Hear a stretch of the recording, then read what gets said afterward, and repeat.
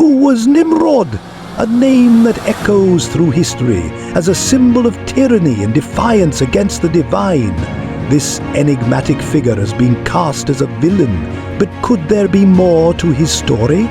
Descended from Noah, he was known as a mighty hunter, a warrior whose ambition led him to challenge the very heavens. But what do we really know about this controversial character? It finally ran through surrounding Nimrod. From his lineage to his alleged role in building the Tower of Babel, prepare for revelations that might just change your perspective.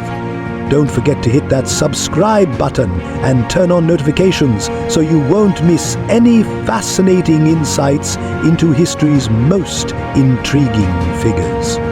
The Bible briefly mentions Nimrod in 7 verses, providing limited information about him. He was known as a strong warrior, the son of Cush and Noah's great-grandson. However, numerous stories and myths have surrounded this mysterious character. Despite these tales, what do we truly understand about Nimrod? In this examination, we will explore both the biblical and non-biblical sources to develop a clearer picture of this significant figure from ancient times.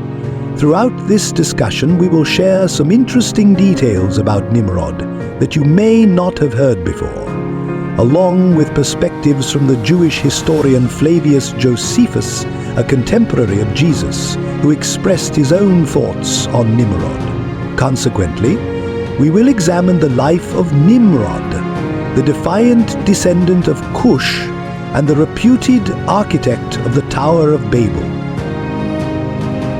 Nimrod, known by different names in Hebrew, Aramaic, and Arabic, is a character from the Bible mentioned in Genesis and Chronicles. He is described in 3 sections, with the most detailed story in Genesis 10, 8 to 12. In the beginning, Nimrod, a powerful and skilled hunter, emerged as a leader among men.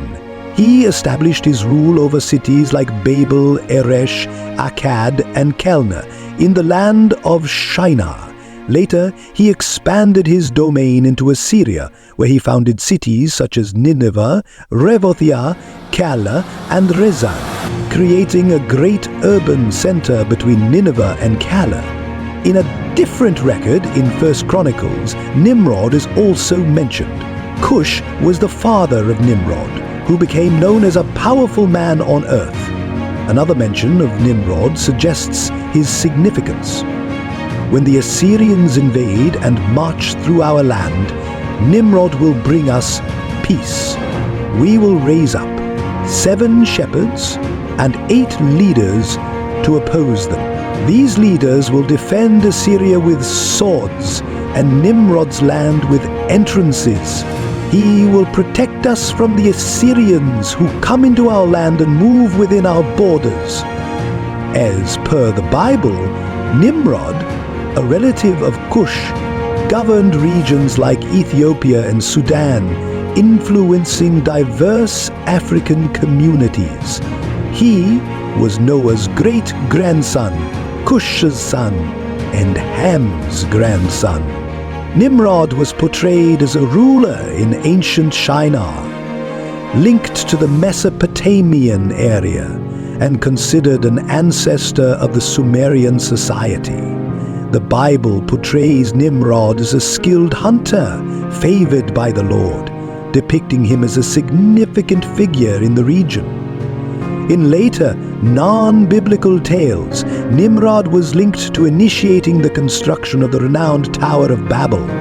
This story suggests that the confusion of languages stemmed directly from this project, leading to the varied languages spoken by humanity. This narrative shaped Nimrod's image as a defiant king who opposed God. Religious texts indicate that his rule included cities like Babel, Erech, Uruk, Akkad, and Calneh. While not explicitly credited as the founder, he was seen as a ruler over some, if not all, of these cities. The original Hebrew text's ambiguity makes it unclear whether Nimrod or Ashur was involved in building Assyrian cities like Nineveh and Calah. It's important to note that Nimrod was not from the Semitic line, but rather from Ham's lineage. He was one of the less remembered sons of Cush, whose descendants contributed to various African nations, South Indian communities, and numerous other groups worldwide, particularly those with African heritage. In Jewish and Christian traditions, Nimrod is often seen as the first ruler post the flood. He is commonly portrayed as the leader overseeing the Tower of Babel's construction in the Shinar region, linked to ancient Babylon. However, it's essential to mention that the Bible itself does not explicitly confirm this association. Flavius Josephus, an ancient historian, believed that the Tower of Babel's construction likely began under Nimrod's rule. Josephus describes Nimrod's defiance towards God, stating that Nimrod intended to build a tower high enough to withstand any future flood, seeking revenge against God for the past destruction. This perspective is also echoed in the Talmud and other ancient Jewish texts. Some interpreters from the 1st century AD viewed Nimrod's title as a mighty hunter before the Lord, as a sign of opposition rather than respect. The ancient book of Jubilees briefly mentions Nimrod, portraying him as a forefather of Abraham and consequently of the Hubus, Arabs and Sumerians. There's speculation that Nimrod and Abraham might have crossed paths due to their extended lifespans post-flood.